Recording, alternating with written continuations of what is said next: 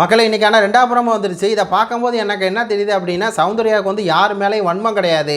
அவங்க எதை பார்க்குறாங்களோ, எது உண்மையோ அதை மட்டும் தான் பேசுவாங்க. தனக்கு தெரிலனா தெரியல, எனக்கு வந்து தெரியல சார் அப்படின்னு சொல்லிடுவாங்க அப்படிங்கிறது அப்பட்டமாக தெரிஞ்சு விட்டது. அதாவது விஜய் சேதுபதி கேட்குறாரு, முத்துக்குமரன் த கிரேட் முத்துக்குமரன் எந்திரிங்க, நீங்கள் வந்து என்ன பண்ணீங்க, இப்போயாவது உண்மையை சொல்லுங்கள், நீங்கள் வந்து விட்டு கொடுத்தீங்களா இல்லை என்னாச்சு அப்படின்னு சொல்லி கேட்குறாரு.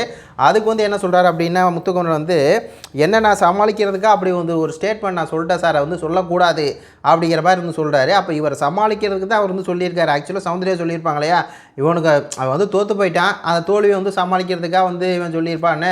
அதே விஷயங்களை தான் வந்து பார்த்தீங்கன்னா இங்கே முத்துக்குமரன் சொல்கிறாரு. உடனே யார் இந்த வீட்டில் வந்து இவர் சொன்னதை வந்து நம்பலை அப்படின்னோடனே இதில் ரணவ் வாடா வாடா வாடா வாடா வாடா ரணவ் வாடகைப்போ ரணவ் வந்து சௌந்தர்யா நடிக்கிறாங்கன்னு சொன்னால் கொந்தளிச்சிங்களேடா முத்துக்குமரன் செம்புகளை இங்கே வாங்கடா வாங்கடா. இப்போ என்ன சொல்கிறான் முத்துக்குமரன் வந்து சொல்கிறத ரணவ் வந்து நம்பலையான், தீபக் நம்பலையான், அதே மாதிரி ஜெஃப்ரி நம்பலையான், ரயான் நம்பலையான். உடனே தீபகன் என்ன சொல்கிறாருன்னா, அந்த பந்து வந்து போயிட்டுருக்கு, அது எப்படி அவன் வந்து பிடிக்காமல் இருக்கான், அது இவ்வளோ பெரிய பந்து போகுது, அது வந்து எனக்கு ஆச்சரியமாக இருக்குது அப்படிங்கிறாரு. அதுக்கப்புறம் ரயான் எழுந்திரிச்சு அவன் ஏதோ யோசிக்கிறான் ஆனால் சொல்ல மாட்டேங்கிறான் அப்படின்னு சொல்லி சொல்லியிருக்காங்க. இதில் சவுண்ட் எழுந்திரிச்சு என்ன சொல்லுது அப்படின்னா, அவன் என்ன யோசிக்கிறான், அவன் மனசுக்குள்ளே என்ன இருக்குது அப்படிங்கிறது அவனுக்கு மட்டும்தான் தெரியும். அவன் எதனால வந்து அந்த மாதிரி ஒரு வேலையை பார்த்தாங்கிறது அவனுக்கு மட்டும்தான் தெரியும். அதில் எனக்கு கருத்தே இல்லை சார் அப்படிங்கிற மாதிரி சவுந்தர்யா இதான்டா சவுண்டு அப்படிங்கிறது.